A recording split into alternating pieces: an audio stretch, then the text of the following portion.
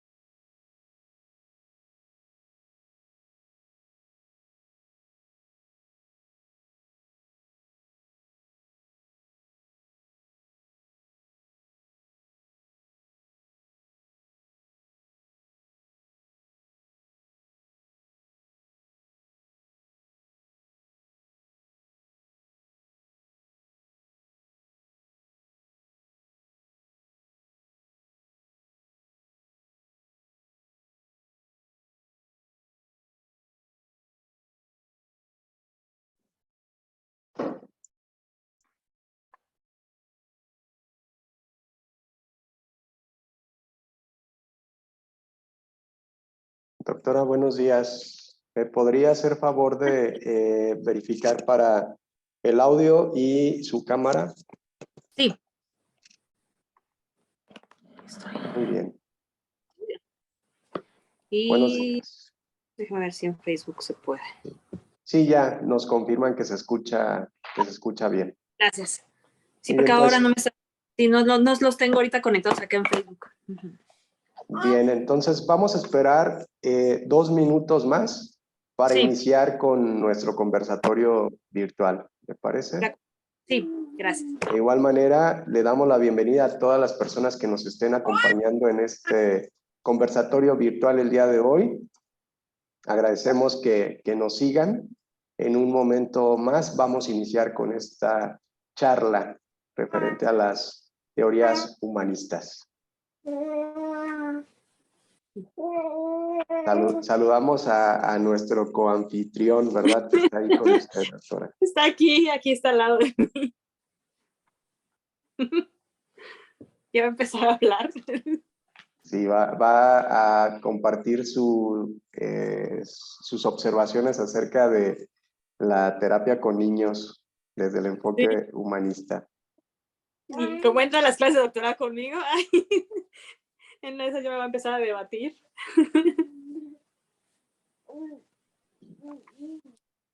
Pues bien, si le parece bien, vamos a dar inicio para aprovechar lo más que podamos este tiempo que tenemos destinado al conversatorio virtual.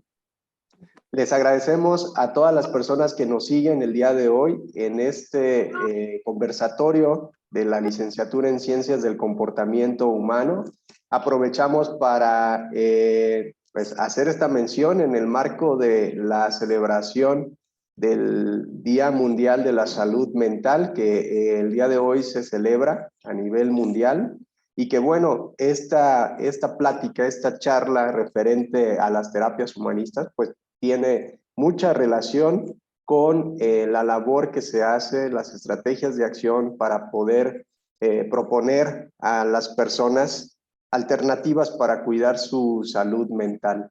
Le doy la bienvenida a la doctora María de los Ángeles López Ortega, quien es profesora de asignatura virtual de la licenciatura en Ciencias del Comportamiento Humano de esta universidad, la Universidad Virtual del Estado de Guanajuato. Bienvenida, doctora. Deme un momento para presentar sus credenciales, su trayectoria académica, y en un momento más le cedo los micrófonos. Pues bien, la doctora María de los Ángeles López Ortega es doctora en investigación psicoanalítica, doctora en arte y cultura y estudiante del doctorado en terapias humanistas, con maestría en psicoterapia humanista y licenciatura en administración de empresas y psicología. Es autora de 8 libros, capítulos de libros, coautora de diversos artículos, profesora de asignatura virtual y asesora de proyectos de obtención de grado en diversos programas de maestría, doctorado, postdoctorado en diversas universidades. Como ya lo mencionamos, profesora de asignatura virtual en la asignatura materia de fisiología de la conducta en el programa de Ciencias del Comportamiento Humano de la Universidad Virtual del Estado de Guanajuato. Ha sido ponente en congresos nacionales e internacionales como en Inglaterra, Suiza, Estados Unidos, Argentina, Brasil, República Dominicana, Perú, Costa Rica y Honduras. Y el día de hoy tenemos el privilegio, bueno, aparte de tenerla como profesora de asignatura virtual en nuestra universidad y en esta licenciatura, pues tenemos el gusto de celebrar con ella el Día Mundial de la Salud Mental, proponiéndonos y compartiéndonos esta información sobre las teorías humanistas. Doctora María de los Ángeles, bienvenida. Escuchamos su propuesta y adelante. Muchísimas gracias, pues es un gusto para mí estar aquí y un honor pertenecer a su equipo de trabajo. Pues bueno, la propuesta que yo les tengo es la psicoterapia humanista, no porque considere que sea la mejor, de hecho los humanistas no nos peleamos con los demás enfoques, cosa que a veces no sucede de los otros enfoques con nosotros, que a veces somos muy criticados. Una cosa que a mí se me quedó muy grabada cuando tomé yo mi maestría ya hace varios años es que los humanistas sumamos. Entonces, nosotros tenemos una forma de trabajo, pero no creemos que sea lo mejor para todas las personas. Claro que a todos nos cae bastante bien que nos escuchen con mucha empatía, que nos vean como personas.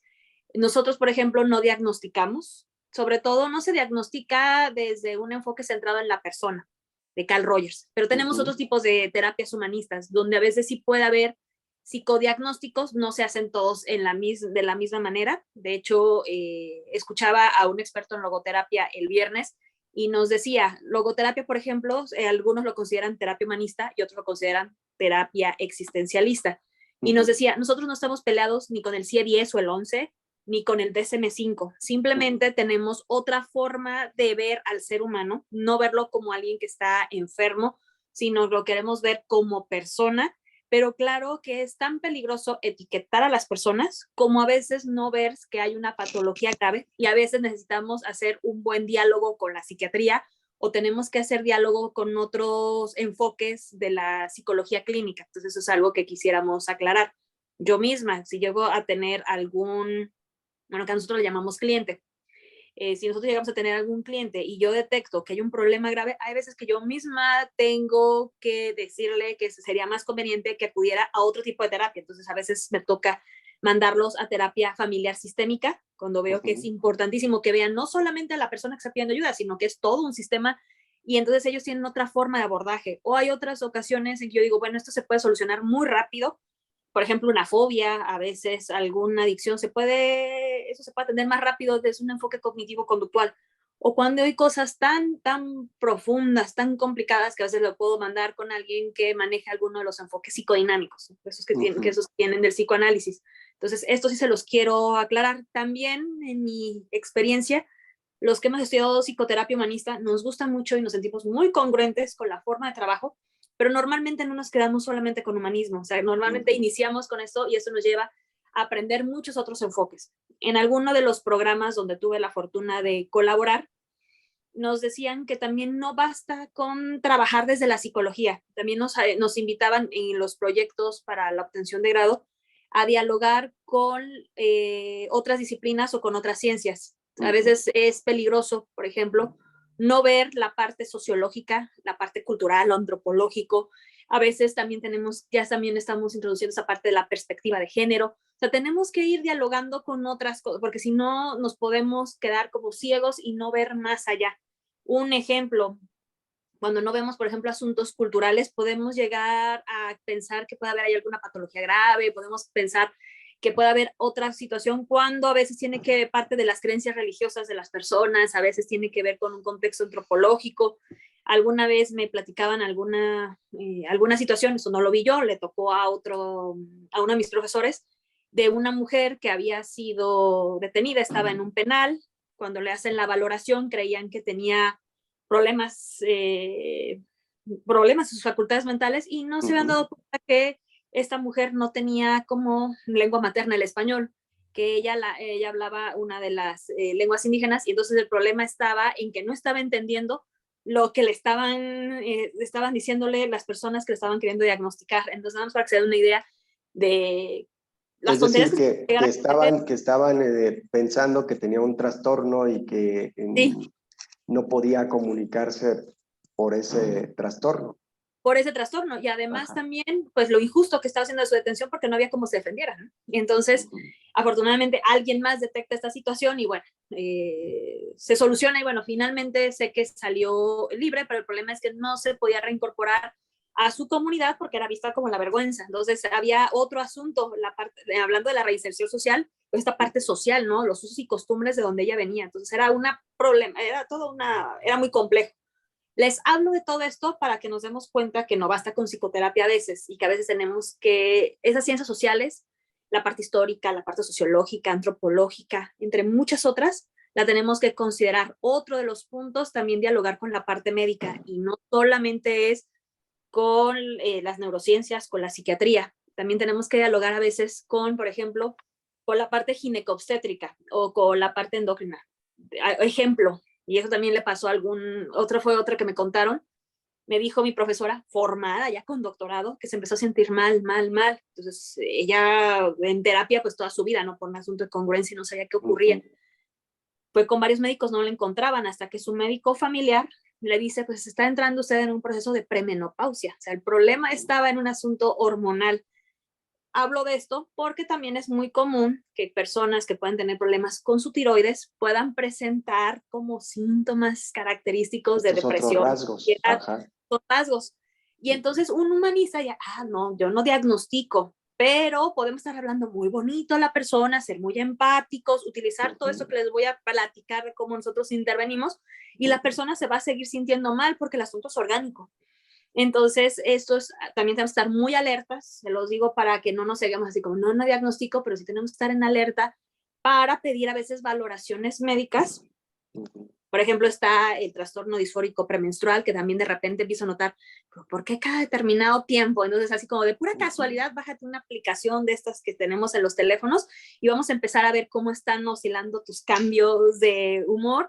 Y sí, vete con el ginecólogo. Y sí, efectivamente, había un asunto ahí relacionado, por ejemplo, con el ciclo de las mujeres. De los hombres no se habla mucho de la andropausia, pero es otra realidad. O sea, a veces nos enfocamos más en la parte de la menopausia, pero no lo que también puede ocurrirles a los varones. Tenemos todavía más desconocimiento. Entonces hay muchas situaciones a considerar y que no es que la psicoterapia no sirva, sino que hay veces que hay cosas que no solamente son de psicoterapia, sino que competen a otros ámbitos y tenemos que pedir ayuda y tenemos que aprender a dialogar con otros especialistas.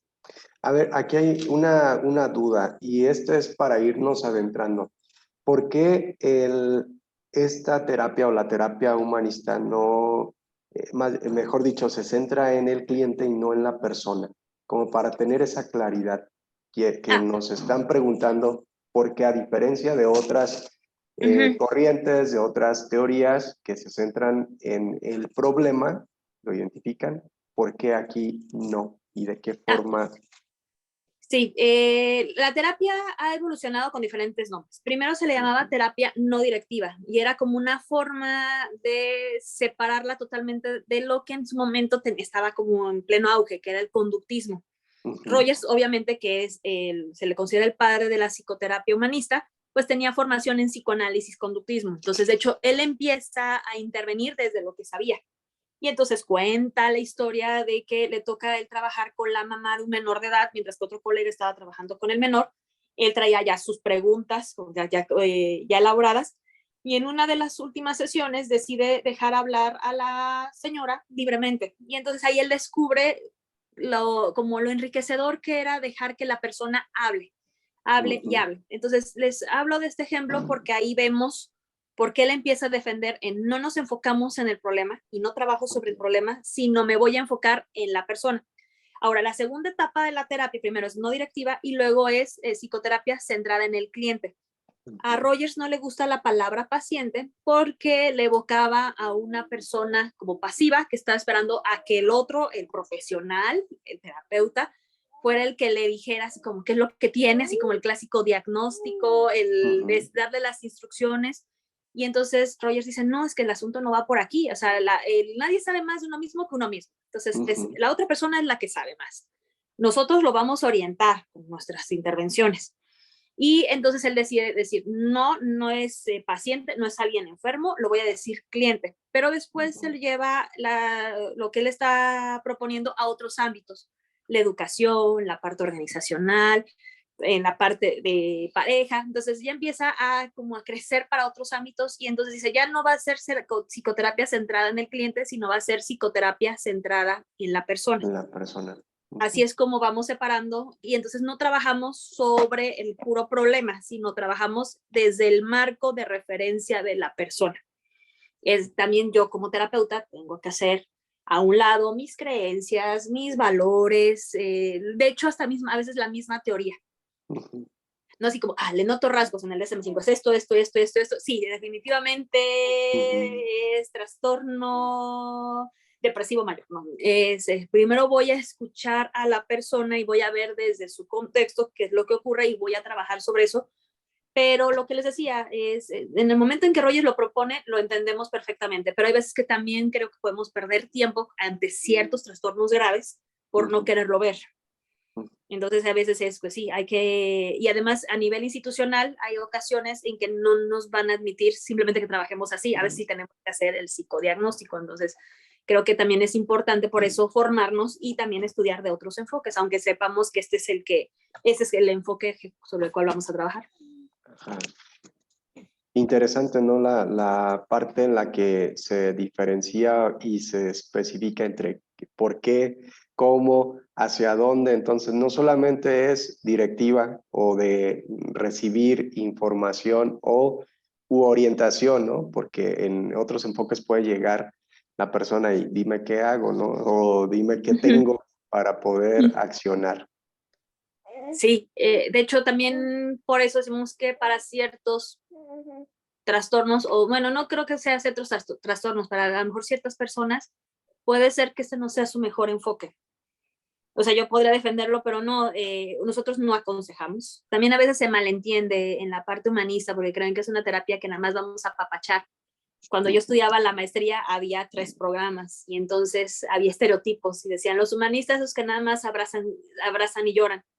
Sí, a lo mejor cuando teníamos los talleres de sensibilización o grupos de crecimiento, pues a lo mejor el grupo así, porque teníamos que trabajar sobre nosotros mismos, pero no, la terapia no es así, de hecho puede ser confrontante, pero no una confrontación donde seamos duros y le hagamos ver a la persona como todas sus incongruencias. De hecho, es como una terapia muy respetuosa, muy amable, donde se le va a poner, o sea, se le va a reflejar a lo mejor sus áreas de oportunidad, pero la otra persona puede aceptarlas o rechazarlas. Desde un enfoque central en la persona no vemos mecanismos de defensa como tal, pero de una terapia gestalt, por ejemplo, sí. De hecho, gestalt puede ser todavía más confrontante, también es humanista, que el enfoque centrado en la persona.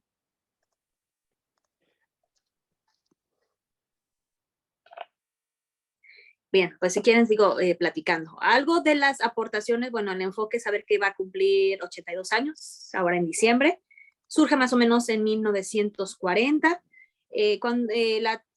Las terapias humanistas obviamente pertenecen a la tercera fuerza de la psicología. Se considera el padre de la psicología humanista Abraham Maslow, pero del padre de la psicoterapia como tal ya se le considera a Carl Rogers. Y obviamente también en humanismo también existen otros enfoques, está el análisis Sí. transaccional. ¿Se podría decir que entonces es de las más jóvenes?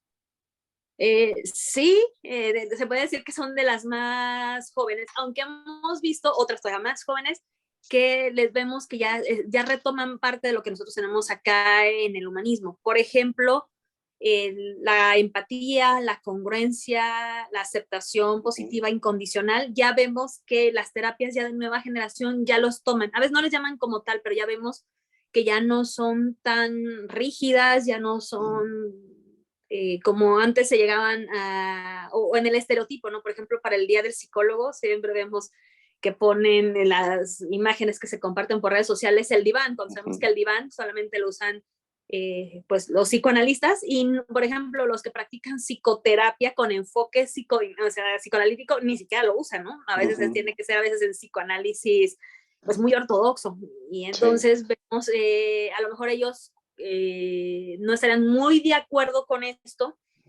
pero ya vemos que sí, la empatía se ha vuelto algo que es como un eje de cualquier tipo de enfoque psicoterapéutico. En esta parte también de la congruencia del terapeuta también lo vemos que es súper importante. De ahí que creo que algo que sí podemos tener en común, los que practicamos psicoterapia, no importa el enfoque, es el trabajo personal, el ir a nuestro propio proceso desde el mismo enfoque que nosotros estamos trabajando. A veces podemos probar otros para poder atender al otro. O sea, algo importante es primero estamos bien con nosotros mismos antes de poder atender a los demás. Y de la aceptación positiva incondicional, hay veces que no se entendía esto. Es que aceptamos a nuestro cliente, a nuestro consultante como persona. No significa que tengamos que aceptar sus conductas, pero también nosotros no estamos aquí para juzgar lo que es bueno o lo que es malo, simplemente nosotros le hacemos ver al otro pues que todo acto tiene una consecuencia y entonces es qué va a hacer con eso. Maestra, doctora, voy a hacer un paréntesis para invitar a las personas que nos están siguiendo, quienes están viendo este conversatorio, como ya lo mencionábamos, en este marco de la celebración del Día de la Salud Mental, pues quiero invitarles a las personas que están en el chat que si tienen alguna pregunta, algún comentario que quieran realizar acerca del tema, que lo dejen para poderles leer y poder que usted nos pueda responder la pregunta. Aprovecho también para saludar en este breve espacio, ya que tenemos aquí la afluencia de los espectadores, a Xochitl Espejo, que está desde Veracruz, que nos sigue, a Gaby Becerra desde Querétaro, también saludos a Blanca Estela desde Ensenada, Baja California. Creo que tenemos un representante de cada estado de la República, Carolina Castillo desde Cozumel, saludos, y a San Martínez desde Ecatepec. Entonces, los invitamos a que pongan sus dudas, sus comentarios para la doctora. Recuerden que estamos hablando de las terapias humanistas, los métodos y las técnicas que se utilizan para realizar esta práctica en el área de la psicología del comportamiento humano. Adelante, doctora. Aprovechando sí, bueno. Adelante, perdón, le escucho. No, cuidado, nos queda retrasado un poco el sonido. Bueno, siguiendo con esta parte, les digo, de humanistas, hay varios. Yo me enfoco más, o mi especialidad está más en el enfoque centrado en la persona de Carl Rogers. Aquí ya les había dicho que le damos mucha importancia al marco de referencia interno del cliente. Nosotros buscamos trabajar desde lo que el cliente nos dice. Carl Rogers hizo un texto muy interesante que son las 7 etapas del proceso de convertirse en persona. Esto fue a propósito de un premio que le dio la Asociación de Psicología Americana, la famosa APA, esa que nos da las mismas reglas para citar y hacer los textos. Y entonces él hace con ese premio, fue hacer una investigación acerca de las etapas que pasa una persona en psicoterapia, no solamente desde el enfoque centrado en la persona, él decía desde cualquier enfoque psicoterapéutico. Y entonces ahí eso nos va marcando cómo es que la persona va evolucionando en un proceso de psicoterapia. Y algo que descubre él es que las personas llegan al principio como no haciéndose responsables del problema, hablan como en tercera persona, habla como si las terceras personas fueran responsables de lo que le pasa a la persona y él dice, eso es normal, o sea, no lo juzgamos, eso es normal, así llegan las personas.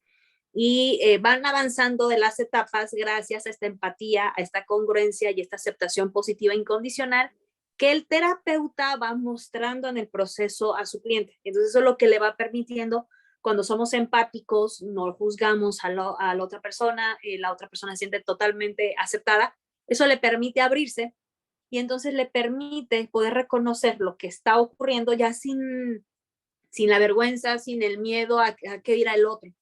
Y también la persona va adoptando esta empatía, esta congruencia, esta aceptación positiva incondicional, primero hacia su persona y ya no es tan duro consigo misma, ya no es tan, y también deja de ser duro con los demás. Entonces también esto lo lleva con las relaciones interpersonales. Esto es lo interesante del enfoque. Ahora no se tiene que llegar hasta la séptima etapa para poder ser dado de alta, a veces desde la sexta, porque ya decía, llega un momento en que el crecimiento ya es tal que ya no hay vuelta atrás. Entonces, eso es lo que nos permite también que no nos tengamos que eternizar en los procesos psicoterapéuticos, ni que tengamos que estar en terapia toda la vida, porque las personas ya se van con herramientas, la vida les va a seguir poniendo retos, les va a seguir, vamos a seguir teniendo pérdidas, cosas que nos causen mucho dolor, mucho enojo, mucha indignación, pero las personas ya sabrán cómo abordar estas situaciones por ellas mismas. Claro que siempre existe la posibilidad de regresar a algún proceso, pero eso es algo importante, no crear la dependencia de la persona al terapeuta ni al proceso mismo. Doctora, hay Sí. una duda y aquí le preguntaría yo, ¿en qué ámbitos, es decir, fuera del ámbito terapéutico, tiene cabida las terapias, bueno, o las teorías humanistas? Sí, ¿Desde dónde se puede también trabajar, implementar? Rogers en alguno de sus textos, ahorita se me olvidó el nombre, el título exactamente del libro, nos habla de que es posible en la parte educativa. De hecho, le llamaban el enfoque centrado en el estudiante. Y bueno, finalmente es en la persona, pero en el ámbito educativo sí. Y ahora a lo mejor eso nos es a nosotros pues como más familiar, pero estamos hablando en un contexto en donde en una educación muy tradicionalista, el profesor es el que sabe, el alumno es el que vaya, aprende, entonces no estaban enfocados en el estudiante, sino estaban enfocados como en lo que el profesor sabía o lo que nos decían que se tenía que enseñar. Y ahora vemos que esto se ha ido flexibilizando. Claro que ya en la misma educación esto va hasta cambiando de nombre, se va enriqueciendo con las aportaciones de los psicopedagogos, pero por ejemplo en la parte educativa esto es algo muy importante. De hecho, ahora que estoy trabajando en un diplomado en inclusión, con todo y que ya hemos avanzado muchísimo y que la educación es muy diferente a como la recibieron nuestros abuelos, por ejemplo, a como los tenemos ahora, vemos cómo tenemos que volver a retomar esta parte de la educación centrada en el estudiante.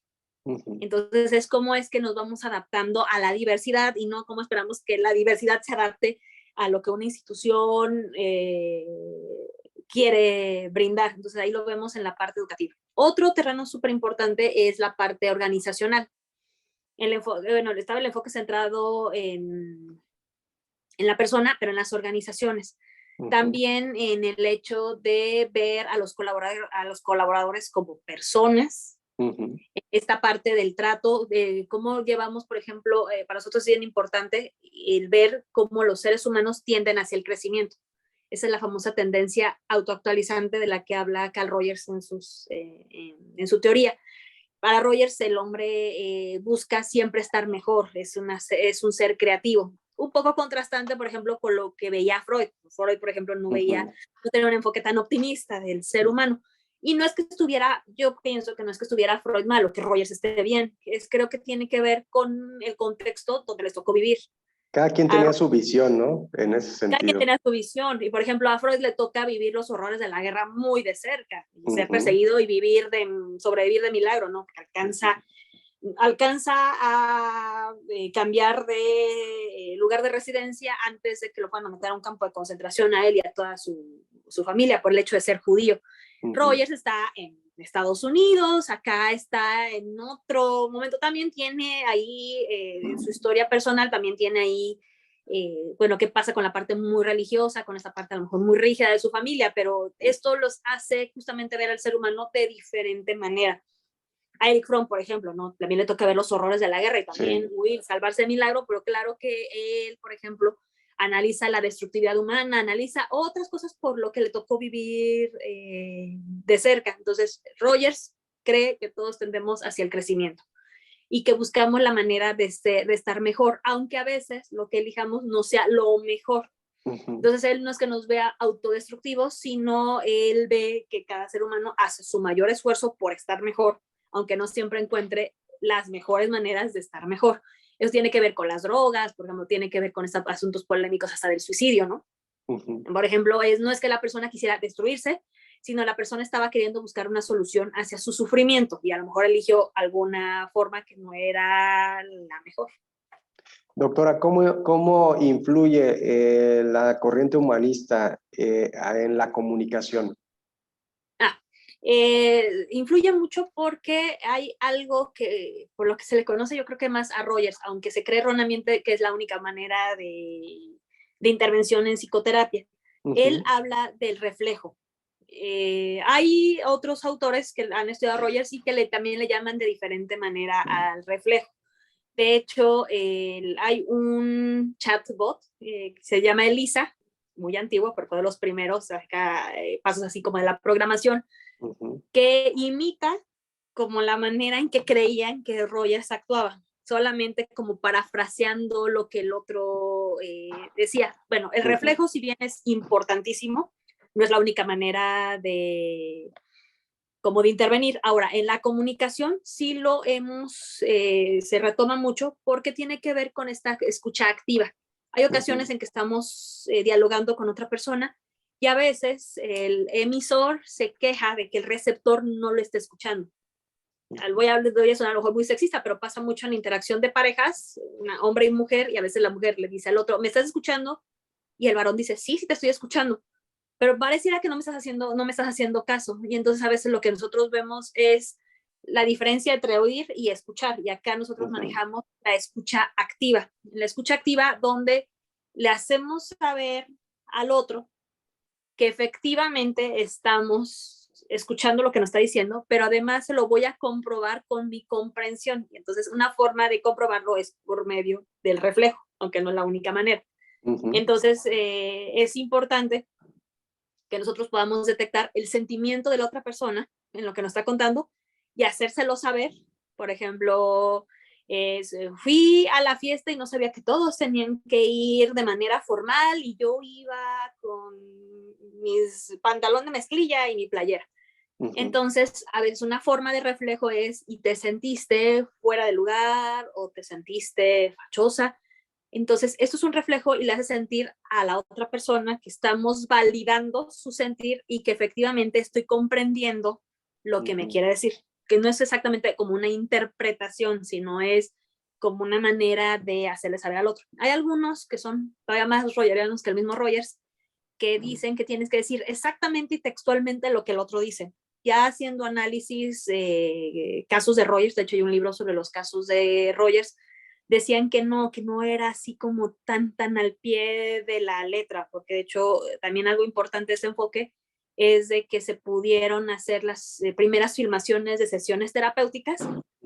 Afortunadamente las lograron rescatar, las lograron transcribir y hayan hecho análisis efectivamente cómo es que Rogers iba trabajando, evolucionando, y decían, no es que fuera el reflejo algo mecánico, sino que eso partía como hasta de la misma intuición y con este grado como de conexión que se logra con el otro en esta parte de la empatía, que eso es algo eso es una de las dificultades cuando nos estamos entrenando como psicoterapeutas, que a veces nos queremos aferrar a lo muy mecánico. De hecho, sí hay textos que nos ayudan como para entender cómo hacerlo. Está el orientador experto de Egan, pero el problema es cuando lo queremos llevar a nivel de técnica. Y el mismo Carl Rogers dice, es que no es una técnica, Ujú. Es lo que importa aquí es la parte de la actitud. Entonces hay reflejos a sentimiento, hay reflejos que son más como parafraseo, más al contenido, es como capto la esencia de lo que el otro está diciendo y se lo repito.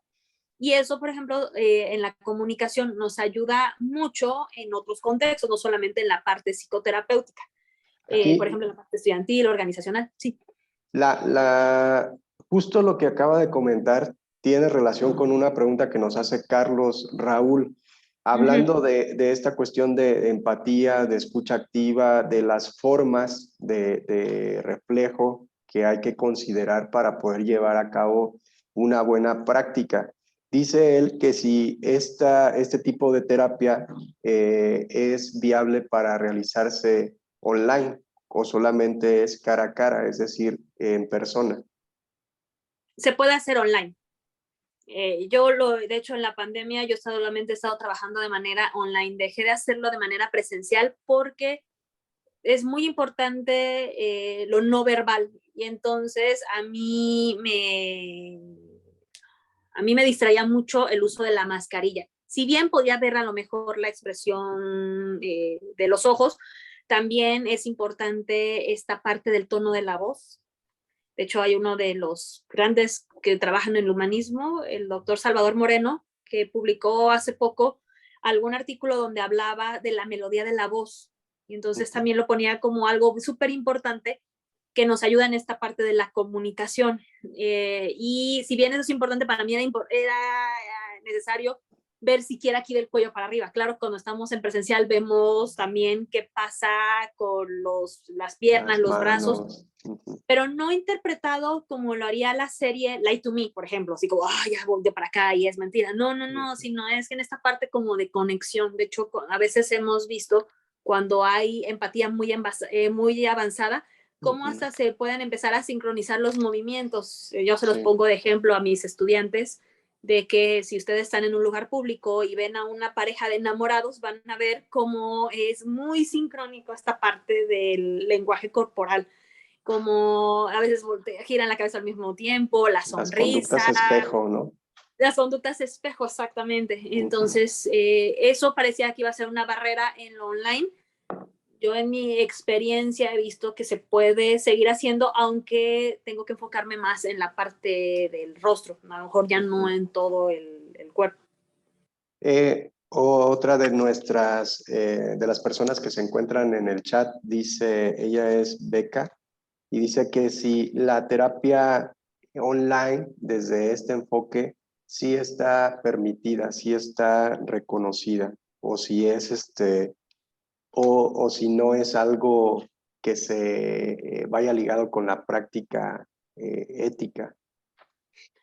Desde los humanistas no he visto ningún pronunciamiento en contra. De hecho, ni Uh-huh. siquiera en la parte de los psicoanalistas, que a veces son más estrictos, Determinantes, así es. determinantes. En la parte ética seguimos los mismos lineamientos que seguiríamos en una psicoterapia presencial. O sea, seguimos teniendo un espacio seguro donde podamos darle la confidencialidad a la persona. Uh-huh. Podemos utilizar diferentes medios. Hay algunos, pues bueno, siempre surgen como aplicaciones que reúnen a varios especialistas y pueden darte como espacios como de consultorios online. Uh-huh. Esto es permitido. Yo no veo que haya ningún problema en contra. De hecho, en situaciones de emergencia, creo que esto de la terapia online nos ha ayudado bastante. Sí, de hecho, reunimos a un grupo de especialistas cuando tuvimos los sismos del 2017, donde tenemos Uh-huh. muchos damnificados. Y éramos personas de toda la República. Y entonces teníamos, por ejemplo, una ventaja. Yo vivo en Morelia, Michoacán. Si bien sentimos el sismo, nosotros aquí en Morelia no lo sentimos fuerte, pero nunca va a ser comparado con lo que siente alguien en la Ciudad de México o los que viven en la costa, ¿no? Aquí nada más es el movimiento, pero no tenemos daños estructurales, no tenemos otras cuestiones. Y entonces eso nos permitía que gran parte de los terapeutas no tuviéramos problemas de estrés postraumático, y entonces eso nos permitía poder atender a personas muy dañadas, y lo que nos decían es, tenemos que buscar la manera de cómo poder intervenir desde nuestros lugares, y entonces a veces lo tenemos que hacer hasta vía telefónica. sino porque las personas se habían quedado a veces sin internet, sin luz, o no tenían un dispositivo electrónico que les permitiera, entonces a veces teníamos que buscar la manera hasta de hacerlo vía telefónica. Y entonces desde la parte ética, nosotros decíamos, bueno, necesitamos ayudar a la persona, necesitamos a lo mejor hacer hasta intervenciones en crisis, entonces no lo veíamos que estuviera esto peleado con la ética, siempre y cuando estuviéramos dando un espacio seguro dentro de las condiciones. Entonces, sí, esto conteste a la pregunta de la importancia de abrirnos también a las nuevas posibilidades que la tecnología nos da. Sí, también ahí agregando, ¿no? Que también no solamente, no todos los pacientes o no todos los clientes buscan la terapia online. Hay algunos que no quieren, quieren tener este contacto directo en el consultorio y hay otros que de manera muy sencilla se adaptan a esa propuesta de tener su sesión de forma virtual. Entonces, a partir, creo yo, y sumando a lo que comenta y a la duda también que tiene, que comparte Beca, está abierta la posibilidad y la propuesta está para que también ellos digan, acepto esa orientación en línea o prefiero hacerla de manera presencial.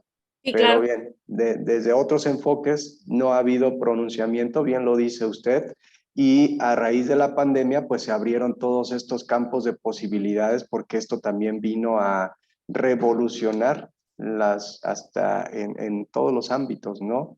De conducta humana. Sí. Bueno, y eso nos permitió seguir trabajando en condiciones en donde se necesitaba muchísimo de alguien que pudiera, bueno, brindar la psicoterapia y también ha permitido que otras personas puedan elegir a ciertos psicoterapeutas que están muy lejos de su lugar de origen. A veces, por ejemplo, hay personas que vivían en zonas donde no hay mucho psicoterapeuta y entonces pues tenían que acudir a alguien que a lo mejor había estudiado psicología, ¿no? Pero que no tenía la formación y ahora puedo ir con alguien de otro país, o sea, puedo estar en terapia con alguien de otro país gracias a la tecnología. Y he visto estudios donde se habla de que los resultados son bastante buenos y muy similares a los que se dan en la terapia presencial. Tiene que ver también con qué tan cómodo se siente el psicoterapeuta haciéndolo y qué tan cómodo también se siente el consultante en esa posición. Y sí, y siempre va a haber personas que prefieren acudir a lo presencial. Justo hablaba con alguna colega la semana pasada y ella me dijo, no, yo no dejé de trabajar de manera presencial, más bien ella no se sentiría a gusto trabajando de manera online. Doctora, hablando, nos comentan que quieren escuchar algunas anécdotas y yo le pediría que nos comparta algunas, sobre todo de cuando llega algún paciente que usted identifica que la terapia humanista no va a funcionar, como lo comentaba al principio, ¿no? No todos, así como no todos estamos abiertos a tener esta cercanía en un ambiente virtual o presencial, pues no todos tampoco funcionamos o nos va a funcionar un determinado protocolo o metodología. ¿Alguna anécdota que nos pueda compartir al respecto? Sí, sí, hay muchas. Recuerdo que alguna vez me llamaron que era una emergencia.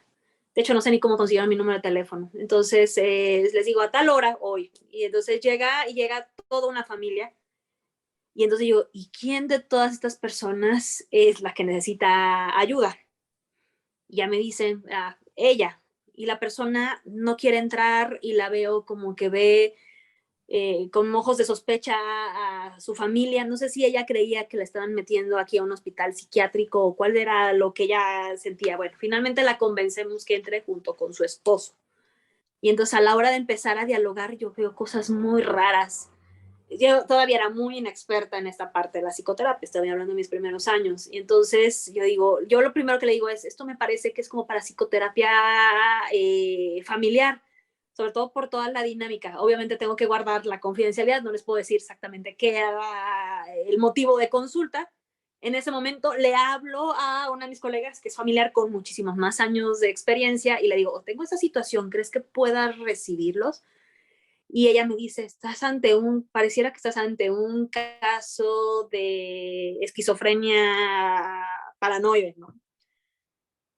Entonces le digo, ¿qué hago? Y me dice, dales el teléfono de inmediato del psiquiatra tal y diles que yo los recibo a tal hora aquí. Entonces les explico con toda la paciencia en términos lo más sencillos posible, sin dar yo un diagnóstico, porque yo no estaba diagnosticando, simplemente lo que me estaban diciendo. Le digo, creo que eso es importante, que primero acuda al área médica, porque tenemos que, lo primero que tenemos que atender es que la persona no está durmiendo, ¿sabes? De ahí yo le digo. Y entonces no podemos hacer ninguna intervención si la persona lleva días sin poder dormir, por lo tanto es importante que vaya al psiquiatra. Entonces desde ahí los convenzo de que vaya para el área médica. Si lo hubiéramos dicho de algún diagnóstico, hubiera habido de inmediato rechazo, y probablemente toda la familia. Entonces se lo dejamos al psiquiatra y mandamos a toda la familia a terapia. Entonces ahora sí podían entrar todos con un enfoque sistémico. Entonces eso fue algo que se me quedó a mí como muy grabado. ¿Cuál fue lo importante? A lo mejor yo como humanista en ese momento no iba a tener las herramientas. De hecho, en otro lugar alegábamos que si un enfoque central a la persona era más conveniente para las estructuras neuróticas, hablándolo en los términos como lo hablarían los psicoanalistas. Creo que sí. Creo que con estructuras donde pueda haber psicosis o rasgos de psicosis, creo que no es tan conveniente. Entonces ahí tengo una anécdota donde decimos, no, esto va para allá. Otro caso también me tocó hace muchos años, de alguien, un adulto, y llega con su mamá y entonces no podía casi intervenir porque la mamá contestaba. Entonces, que le puedo decir a la señora, ahora sí, por favor, déjeme con la persona. Y entonces empiezo a dialogar y era un caso por abuso de sustancias. Estaba consumiendo y él mismo me dice, estoy consumiendo sustancias peligrosas donde yo sé que si me equivoco, me puedo morir. O sea, estaba consumiendo piedra, cristal y no me acuerdo cuántas cosas más. O sea, él ya muy consciente. Y entonces yo veo cómo la mamá no lo deja ni a sol ni a sombra, me habla de todo lo que pasaba en el contexto familiar y yo le digo, le dije, lamento decirte que creo que yo no te puedo ayudar. Y yo recuerdo que inmediato cambió su expresión, o sea, como de mucha desilusión, porque creo que le había gustado el hecho que hubiera sacado a la mamá y eso le había hecho sentirse como muy seguro y confiar en mí. Y entonces le explico, de nada sirve que a lo mejor yo haga mis intervenciones, empatice, cuando tú vas a regresar a tu contexto familiar, o sea, regresas a lo mismo. Digo, creo que lo que necesitas es una intervención familiar donde no solamente se ve a ti, sino se ve a tu mamá, se ve a tu papá y se ve a todos los demás. Entonces en ese momento, respiró, o sea, como que se sintió rechazado al principio, pero después entendí, o sea, él supo que yo estaba entendiendo que el asunto no solamente era él, y como ves, le llaman en psicoterapia familiar, él estaba siendo visto como el chivo expiatorio, como que el que tenía el síntoma, pero estábamos hablando de todo un contexto que tenía todo un sistema familiar que tenía graves problemas, ¿no? Y eso solamente me estaban mostrando a mí poquito de lo que el terapeuta familiar a lo mejor iba a alcanzar a detectar ya después de todo un proceso. Entonces son de esas veces que yo digo, bueno, muy bien, yo no me quedo con estos casos, pero creo que actué bastante bien al no hacerlos perder su tiempo y al mandarlos a algo que pudiera darles a lo mejor soluciones, no solamente para ellos, sino para todo un contexto. No sé si estas anécdotas les puedan ayudar como a entender. Y bueno, hay muchísimos otros casos. Sí, hay algunas preguntas que se relacionan. Una de ellas dicen, ¿cómo le hace o cómo hacerle cuando en ese caso el cliente o el paciente no sabe cómo y por dónde empezar para poder compartir con el terapeuta su situación? Nosotros, como no empezamos con una serie de preguntas, una batería de preguntas, hay una de las intervenciones que viene justamente en este libro de los casos de Rogers, donde dicen que Rogers ofreció orientación. Y entonces decía que Rogers podía decir, ¿qué te parece si nos tomamos unos minutos para podernos enfocar? Y no solamente para que fuera el consultante, sino también él como terapeuta. O sea, como vamos a relajarnos, vamos a respirar. A veces se puede empezar hablando de banalidades, ¿no? Así como, el clima, cómo te fue con el tráfico, etcétera, para que las personas se puedan relajar un poco. Y cuando le decimos, bueno, ¿por dónde quieres empezar? Y la persona me dice, no sé por dónde. Yo le digo, no importa la parte cronológica, empieza a hablarme de lo primero que ahorita te evoque o lo primero que te venga por la mente, sin hacer asociación libre, sino dejar que la persona, a lo mejor, como se diría de manera muy coloquial, se ande por las ramas y yo voy haciendo mis intervenciones desde ese andarse por las ramas. Ujú. O sea, empiezo a hacer mis primeros reflejos y entonces la persona se va relajando y poco a poco va centrándose. Y también saber que no en la primera consulta o las primeras consultas va a salir realmente el motivo de consulta. Por ejemplo, Exacto. tenemos psicoanálisis, son más claros con esto, ¿no? Con los motivos latentes y motivos manifiestos. Y acá no los llamamos como tal, pero sabemos qué es esto. Tenemos que formar la relación terapéutica para que efectivamente pueda salir el verdadero motivo. Y puede ser que la persona ni siquiera lo tuviera claro. O sea, vamos ayudándole poco a poco para que se le vaya clarificando realmente por qué está aquí. Es primero, como bien lo comentaba hace un momento, establecer esa relación de empatía, ¿no? Para poder establecer una conexión y que la otra persona pueda tener la confianza de comenzar a platicar de forma libre y con mayor relajamiento. De lo contrario, va a haber esa resistencia, ¿no? Sí. O se va a forzar para que pueda hablar de un determinado tema. Hablando de forzar, a mí no me gusta mucho trabajar con adolescentes. Antes sí lo hacía, ahora me gusta más trabajar con adultos. Pero puede ser, eso se puede dar cuando por parte de la escuela, los padres. Cuando les dicen, es que me mandaron. No quería venir. Es súper difícil, ¿no? Porque ellos además están a la defensiva. Sí. Todo lo que digan va a ser usado en su contra, ¿no? Porque creen que le vamos a decir a sus papás, le vamos a decir a sus profesores. Eso es común en los adolescentes. O los papás te lo traen por el motivo que ellos creen. Y el adolescente tiene otro asunto realmente que tratar. Es que es muy grosero, es muy esto. Y es el adolescente realmente lo que en este momento trae es un tremendo duelo por la pérdida de su gran amor en ese momento, ¿no? Entonces, a veces es un poco difícil el trabajar con los padres y el decir, es que sigue en la casa rebelde, es que estamos trabajando otro asunto que realmente le interesa al que tengo aquí en el consultorio. Y además en el trabajo con los menores de edad hay que trabajar también con los papás, pero tenemos que guardar la confidencialidad. Es también un poco complejo ahí trabajar.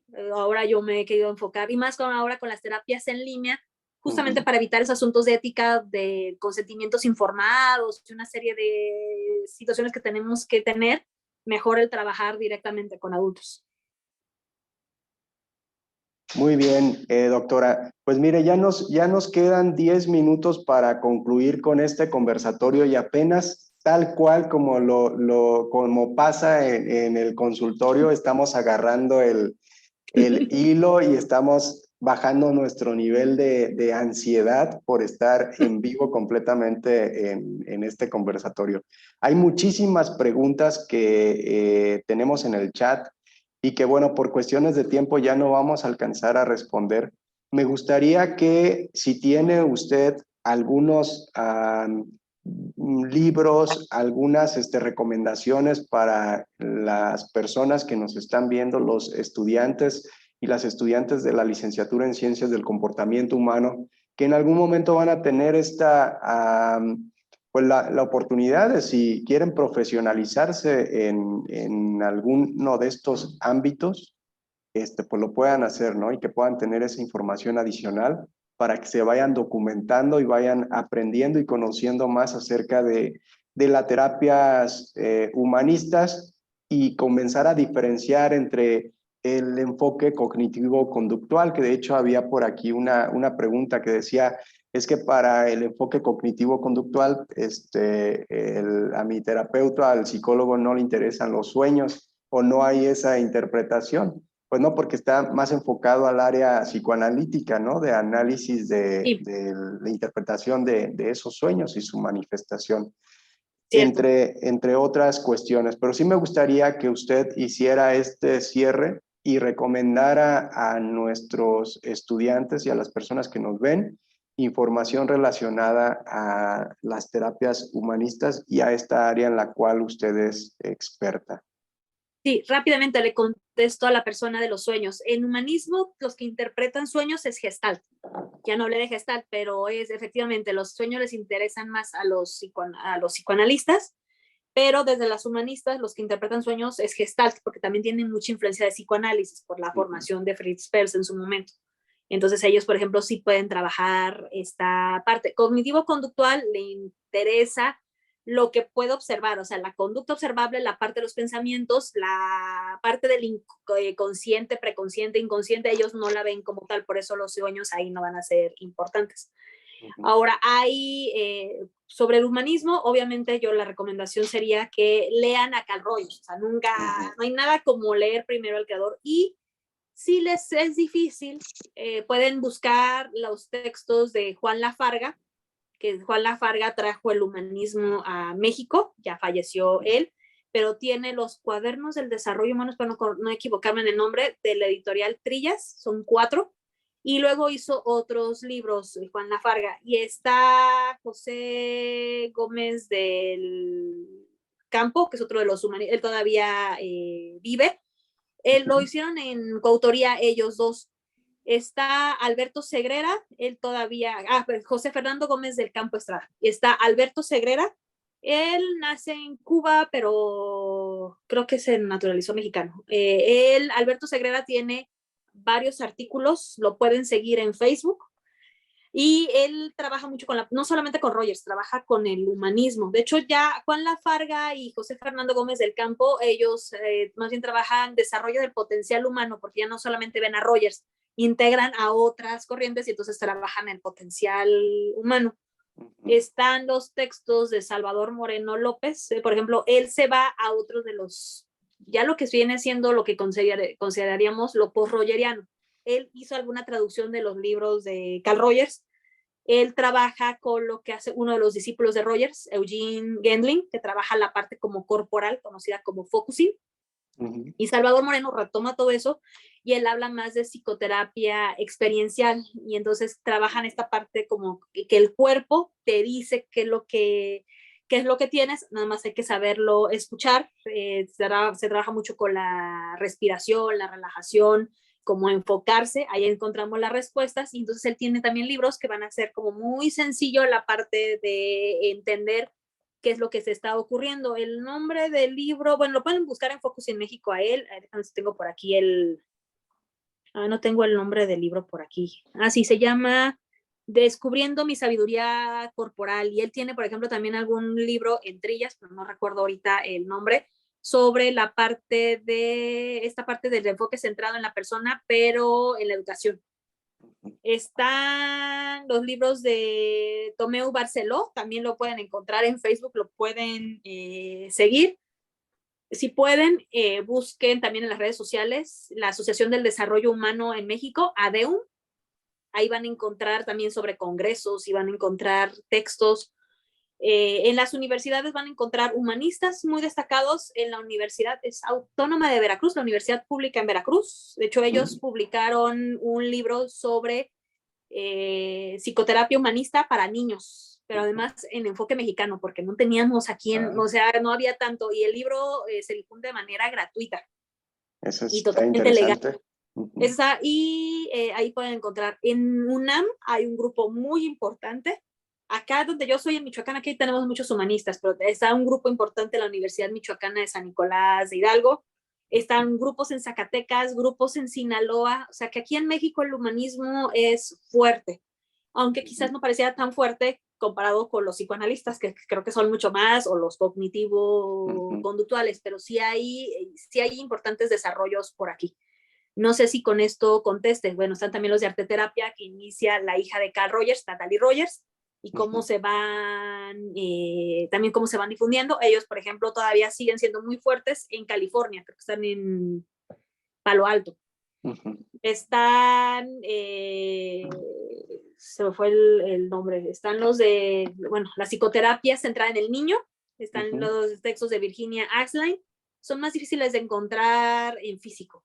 Pero está, por ejemplo, los libros de Janet West y están los de Gary Landreth. Se pueden meter en YouTube, buscan a los autores y ahí aparecen videos y hasta pueden ver como ciertos modelajes de prácticas, por si quieren llegar a ver. Están los libros de los casos de Rogers. Déjame ver si lo tengo por aquí. el nombre completo. En Celaya también tenemos, en Celaya está uno de los sobrinos de Juan Lafarga, Juan Velasco Lafarga, que fue mi profesor. Y también él sigue difundiendo textos, como tienen allá también programas de humanismo en maestría, doctorado. Entre los mismos estudiantes se hacen trabajos, pues ahí sigue habiendo una enorme producción. Hay un libro de Editorial Moderno que se llama 6 terapeutas y un paciente. Entonces ahí pueden contrastar a varios enfoques, o sea, no solamente el enfoque central en la persona, sino les enseñan con otros enfoques y ahí pueden ver la diferencia en las intervenciones. Viene un breve texto de la teoría del enfoque y luego viene el mismo caso, cómo lo abordarían diferentes terapeutas con diferentes orientaciones. Diferentes enfoques. Excelente, doctora. Pues llegamos a la conclusión de este conversatorio virtual. Yo le agradezco infinitamente el tiempo, el espacio y la disposición por haber estado el día de hoy aquí con todos nosotros. Gracias, doctora María de los Ángeles, por aceptar la invitación. Y pues bueno, agradecerles también a los que nos siguieron. Vamos a tener que programar en algún otro momento la segunda parte de este conversatorio porque hay muchas preguntas referentes a las teorías, otras relacionadas también con el proceso terapéutico. Entonces hay bastante interés por parte de los estudiantes y de la comunidad que nos está siguiendo por medio de Facebook Live. Así se quedará para grabado este conversatorio. Les agradecemos mucho a todas y todos por seguirnos y pues nos vemos en el próximo conversatorio que tendremos para finales de octubre. Muchas gracias. Ya les daremos a conocer el tema de este conversatorio virtual para finales de octubre. También déjenos aquí comentarios sobre qué temas les gustaría que abordáramos para invitar a los miembros de la Academia de Ciencias del Comportamiento Humano, que son expertos en diferentes áreas temáticas relacionadas con el comportamiento humano. Y bueno, muchas gracias. Que tengan muy buena tarde y un abrazo, maestra, doctora, hasta Morelia y hasta todos los estados de la República que nos siguieron el día de hoy. Que tengan buena tarde. Muchas gracias.